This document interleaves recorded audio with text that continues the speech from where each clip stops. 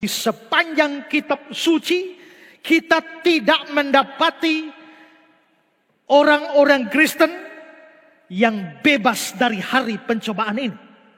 Hari kesukaran, hari penderitaan. Bahkan nabi-nabi, rasul-rasul sekalipun, mereka mengalami hari-hari pencobaan itu. Mereka mengalami bahaya, penderitaan, musibah. Bahkan penderitaan, musibah yang begitu besar. Sampai menghilangkan nyawa mereka. Ayub di perjanjian lama. Kita melihat bahwa Ayub mengalami penderitaan yang hebat. Itu adalah hari pencobaan bagi Ayub. Dalam satu hari, semua yang dia miliki lenyap. Harta kekayaannya. Demikian juga anak-anaknya. Kambing dombanya, rumah-rumahnya, semua lenyap dalam satu hari. Itu horatoperasmos bagi Ayub. Dia sendiri mengalami penyakit yang luar biasa. Ayub orang benar, Ayub orang saleh, tidak bebas dari hari pencobaan, hari penderitaan, hari kesukaran. Yohanes Pembaptis dipenjarakan, nabi dipenjarakan dan tidak pernah keluar lagi. Keluarnya tinggal kepala. Hari horatoperasmos bagi Yohanes Pembaptis. Stefanus mengalami yang sama karena dirajam batu sampai mati. Ada orang berkata, Petrus satu kali berkhotbah dapat 3.000 jiwa karena 3.000 orang bertobat. Stefanus berkhotbah bukan dapat 3.000 jiwa tapi 3.000 batu. Dan dia mati. Itulah horatoperasmos bagi Stefanus. Semua rasul termasuk Paulus kecuali satu, yaitu Yohanes, semuanya mati-mati. Paulus sendiri pernah mendata hari kesukaran, hari pencobaan bagi dia, hari bahaya bagi dia.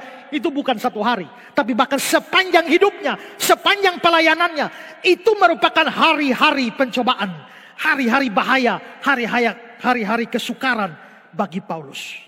2 Korintus 11, 23, 28. Aku lebih banyak berjeri lelah. Dia jeri lelah. Sering di dalam penjara. Didera di luar batas. Kerap kali dalam bahaya maut. 5 kali aku disesah orang Yahudi. Setiap kali 40 kurang 1 pukulan. 3 kali aku didera. 1 kali aku dilempari dengan batu. 3 kali mengalami karam kapal. Sehari semalam terkatung-katung di tengah laut. Dalam perjalanan aku sering diancam bahaya banjir, bahaya penyamun, bahaya dari pihak orang Yahudi, bahaya dari pihak orang-orang bukan Yahudi, bahaya di kota, bahaya di padang gurun, bahaya di tengah laut, bahaya dari pihak saudara-saudara palsu.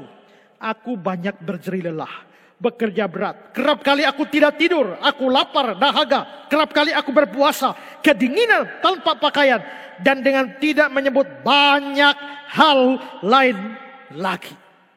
Itu berarti kita bisa lihat rupanya hari pencobaan bagi Paulus ini bukan hanya hari pencobaan, tapi hari-hari pencobaan. Bukan hanya hari kesesakan, hari-hari kesesakan.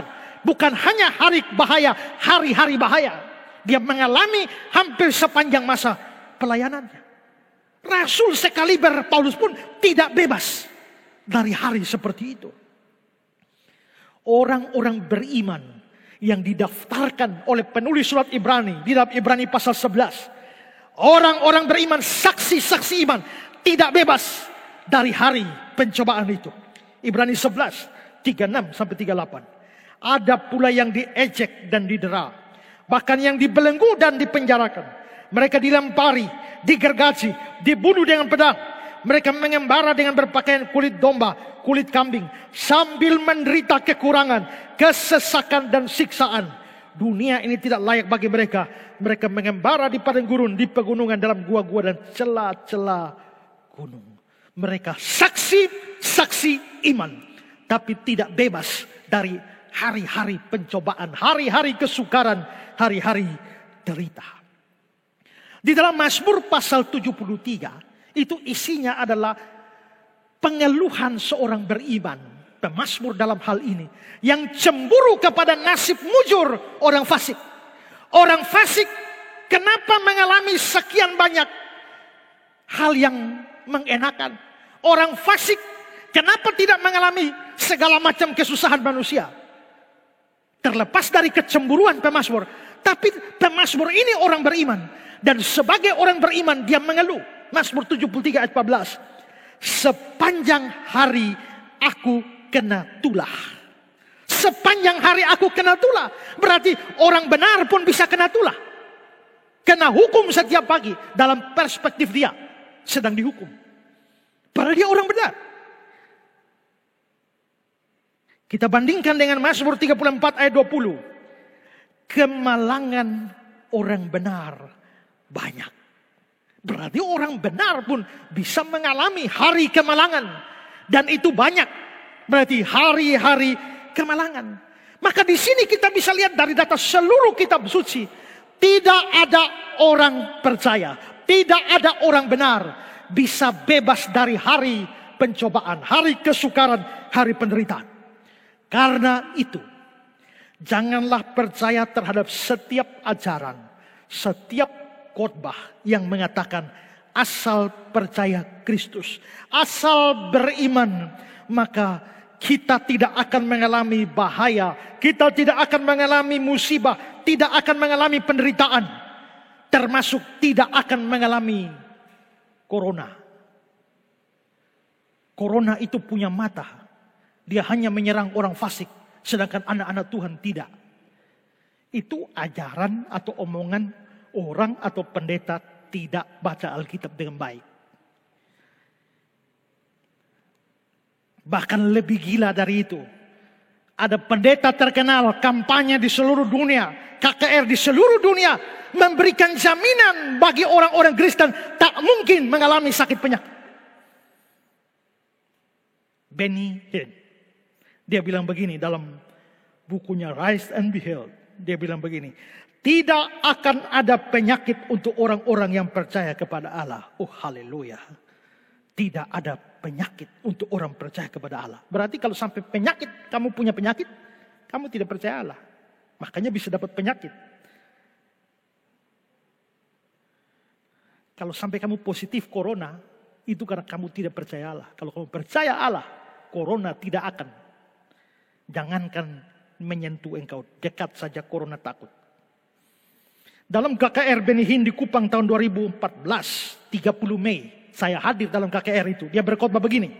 Jika roh Allah ada di dalam tubuhku, maka tubuhku pasti sehat.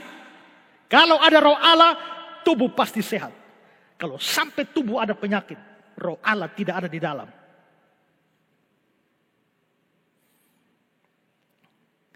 Selanjutnya dalam buku yang tadi saya sebutkan, dia bilang, jika tubuhmu adalah milik Allah, itu tidak bisa dan bukan milik sakit penyakit. Hal ini ditemukan dalam 1 Korintus 6 ayat 19. Tubuhmu adalah bait roh Allah. Dan jika itu adalah bait roh kudus, itu bukan bait sakit penyakit. Itu baitnya roh kudus yang tinggal di dalam itu roh kudus. Bukan gula darah, bukan kanker, bukan segala macam penyakit di dalam. Selanjutnya dia mengatakan, penyakit bukan milik Anda. Dia tidak memiliki bagian dalam tubuh Kristus. Penyakit bukan milik salah satu di antara kita. Alkitab menyatakan jika firman Allah ada di dalam hidup kita, kita akan sehat, akan ada kesehatan, akan ada kesembuhan. Kalau ada kesembuhan, akan sehat, akan sembuh. Tidak boleh ada penyakit, sembuh. Sembuh dari apa? Ya sakit. Kalau tidak pernah sakit, bagaimana bisa sembuh? Kalau ada kesembuhan, artinya sudah sakit sebelumnya. Kesehatan ilahi dan kesembuhan ilahi.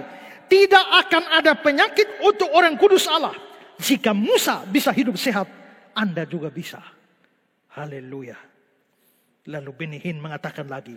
Dia berjanji untuk menyembuhkan setiap orang. Semua penyakit kita.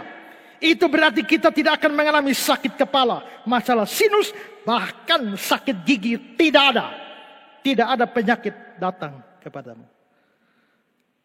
Anehnya, beberapa saat kemudian dia kena serangan jantung. Dan dilarikan ke dokter. Sesuai kata-katanya berarti roh Allah tidak ada dalam dia. Dia bukan orang percaya, dia bukan bait Roh Kudus. Begitukah? Ini pengkhotbah-pengkhotbah terkenal mempengaruhi banyak orang. tetapi tidak mengerti Alkitab dengan baik. Dan berapa banyak orang Kristen dipengaruhi pikirannya dengan ajaran-ajaran seperti ini. Kalau kita ngomong seperti ini, banyak orang tidak suka. Dianggap jangan menghakimi dan lain sebagainya. Tapi saudara mau taat firman atau ikut pandangan orang tidak sesuai firman? Tadi saya sudah tunjukkan begitu banyak orang benar tidak lepas dari hari pencobaan. Termasuk kalau bicara soal sakit penyakit. Saya kira Benny Hinn lupa bahwa orang-orang percaya di Alkitab mengalami sakit penyakit, bahkan sakit yang hebat. Dia lupa bahwa Yakub sendiri orang percaya sakit. Kejadian 48 ayat 1. Dia lupa bahwa Hizkia orang percaya juga mengalami sakit. 2 Raja-Raja 20 ayat 1. Paulus sendiri mengalami duri dalam daging. Bahkan dalam Galatia 4 ayat 13 dikatakan, aku menderita sakit pada tubuhku. Dia lupa bahwa Timotius pun bahkan sering-sering sakit.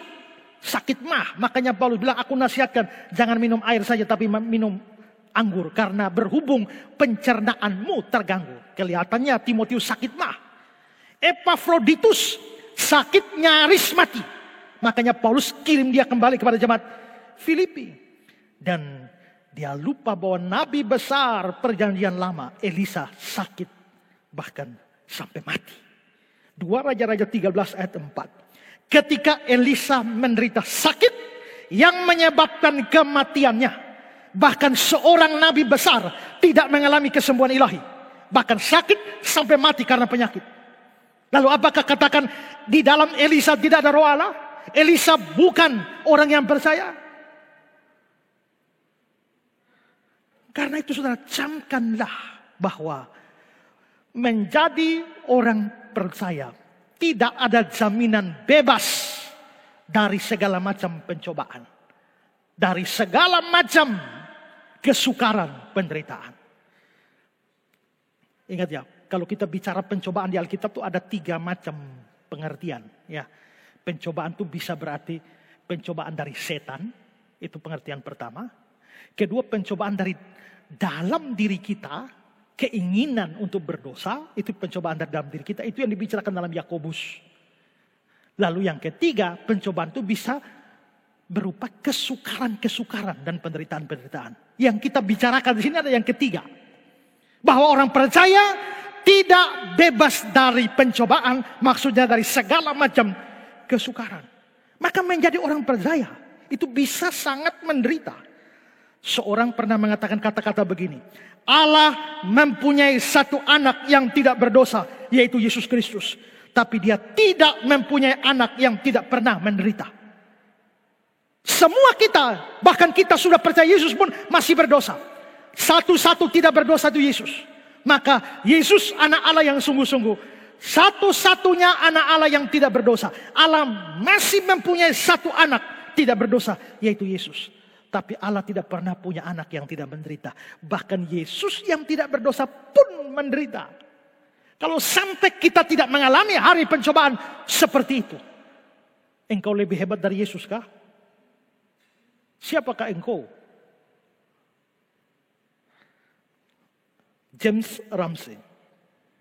Ini maksudnya ini itu adalah Wahyu 3 ayat 10 tadi. Ini tidak boleh dianggap sebagai ramalan tentang saat yang khusus dari pencobaan yang akan datang, yang berlalu sekali untuk selamanya. Seperti pengumuman dari fakta ini bahwa tidak ada orang dalam zaman apapun atau tempat manapun atau keadaan apapun bisa lolos dari saat ini. Pencobaan ini harus datang kepada semua generasi, bangsa dan gereja. Tak ada bidang kewajiban atau kebergunaan. Tidak ada tingkat pencapaian Kristen yang aman. Tidak ada tempat di gereja yang begitu tinggi, begitu rendah, sehingga bisa lolos dari pencobaan itu. Hanya di surga dan di dalam dunia yang baru, di mana terdapat kebenaran, kita bisa berharap untuk lolos dari serangannya. Jadi maksudnya Ramsey, semua orang Kristen di mana saja, tiap generasi pasti mengalami masa ini. Hari-hari pencobaan ini, tidak ada jabatan dalam gereja, entah engkau pendeta besar atau yang paling kecil sekalipun, tidak akan ada yang lolos. Nanti di surga baru bebas dari hari pencobaan. Tapi sepanjang kamu masih ada di dunia ini, kamu tidak bebas dari hari pencobaan. Tuhan tidak pernah berjanji hidupmu tanpa hari pencobaan. Tak pernah Tuhan janji hidupmu takkan berduri. Tak pernah Dia janji lautan tenang.